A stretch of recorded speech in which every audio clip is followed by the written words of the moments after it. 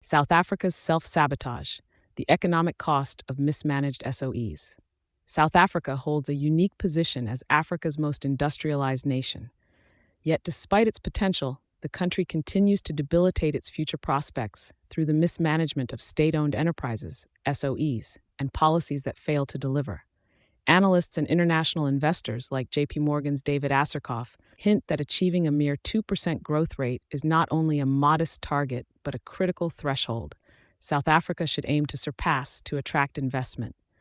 However, structural inefficiencies, policy missteps, and failing SOEs suggest that even modest growth appears a distant dream. In the realm of global commerce, the performance of national ports serves as a pulse check for economic health. Shockingly, South Africa's major ports in Durban and Cape Town rank among the worst globally, securing positions 341 and 344 out of 348, respectively, as per the World Bank ratings. Such underperformance not only hampers economic activities, but is also an international embarrassment. This poor showing is exacerbated by mismanagement and outdated infrastructure, which burdens the economy more than geographical or operational challenges might. Eskom, the national power utility, is another example of an SOE failing to fulfill its basic function. Despite some improvements in power supply stability post-March 2024, the minimal advancements hardly offset the broader issues of continuous bailouts and poor service delivery.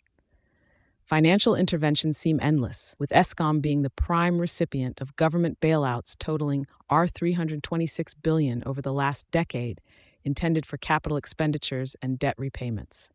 Similarly, South African Airways, SAA, has consumed substantial fiscal resources with little return on investment to show, absorbing R$50.7 billion in government funds between 2007 and 2022. Such fiscal bleedings impact the country's broader economic landscape.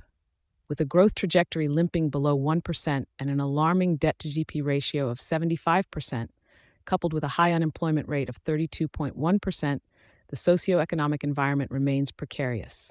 Behind these daunting numbers are millions of South Africans whose potential and dignity are continuously compromised. The implications are vast, extending beyond immediate economic pressures to long-term social instability. However, not all is lost. Solutions, albeit challenging, are within grasp. Improved efficiency in freight rail alone could spur economic growth by up to 3%. Addressing inefficiencies and embracing robust reforms can pave the way for sustainable development. The looming threat to South Africa's benefits under the African Growth and Opportunity Act, AGOA, due to non-compliance adds urgency to the need for genuine policy shifts and diversification in trade partnerships. The call to action is clear.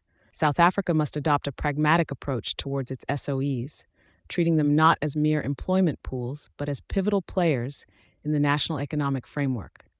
Real structural reforms, serious about public-private partnerships, are overdue. This involves bold and sometimes unpopular decisions, transparency in policymaking, and an acknowledgement of past failures.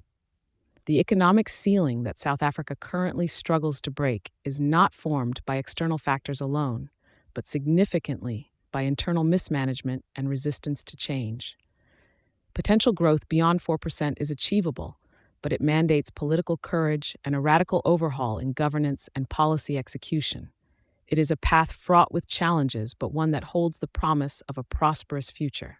Hence, it's not about whether South Africa can achieve this growth, but if it is ready to embrace the necessary transformations. Thank you for choosing Satori News.